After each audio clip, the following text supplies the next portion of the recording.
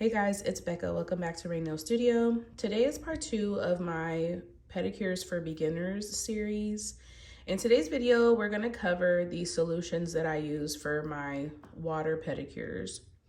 So in the first video, I forgot to include that we will go over the difference between a dry pedicure and a water pedicure, just because dry pedicures are starting to be a bit more common and they are also beneficial. So we will cover that in the next video, but today's video will be focused on solutions that I use for the pedicures that I mainly offer, which is a spa pedicure. So you'll start with soaking the feet and then you'll get into all the nitty gritty. But we're gonna start with the first solution that I would use, which is gonna be the Cuticle Softener. And this I use just to apply onto the toenail area, just to soften up the cuticles a bit. And of course to help remove all of the dead skin and dead nail particles that might be on the toenails.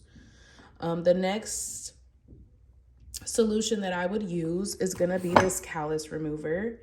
And it's really important to know that you should only be applying callus remover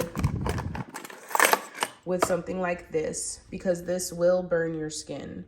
So you wanna make sure that you are only applying it safely, and also that you are only applying it to calloused areas of the foot. Of course, you want to let your client know if it starts to feel itchy, just let me know and we'll remove it. So make sure that you guys keep that in mind when it comes to this type of solution when you are offering services.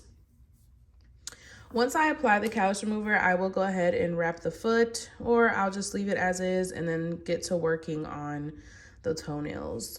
So if my clients have thick toenails, I go in with this solution here. This is a magic solution and it helps alleviate the dust spread when you are using your e-file. You would apply this first, rub a little bit in, and then get to filing. And this is generally for clients that have thick toenails, possible fungus on their toenails.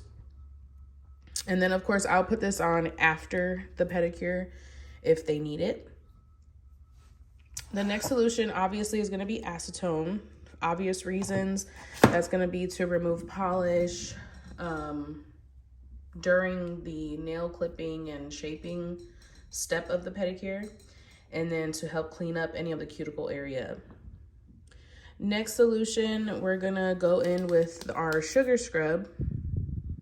And I call it a solution because even though it's a scrub, it still has, you know, some moisture element in there. This is really good to help exfoliate any remaining dead skin that is on the client's foot, and of course to help smooth over what you just filed off the back of their foot. And then for my moisture elements, once the service is almost complete, this stuff here is great for moisturizing. You don't have to use anything else other than this, but not only does it smell great, it also does leave a really nice moisturized feeling on your skin once you are done. If the client doesn't want a massage element to their pedicure, or if they don't want the strong scent of this mint, I usually go in with cuticle oil and then a water-based cream or lotion. And this is just going to obviously just be for the moisturization part with all of the extra zhuzh, right? So once all of that is complete, I will go in, cleanse the toenails with some Swipe, which this is from Young Nails, and then we'll go in with polish. So my go-to polish is gonna be the OPI base coat. And this is actually a new top coat that I'm trying because it's supposed to be fast drying. But I have switched to OPI from the, I believe it's called Ceviche, but it's just hard to get that polish when I need it. So I'm gonna stick with OPI for now. So that's pretty much it for your general pedicure solutions. If you are going to do an acrylic set, I always go in, of course, with my protein bond.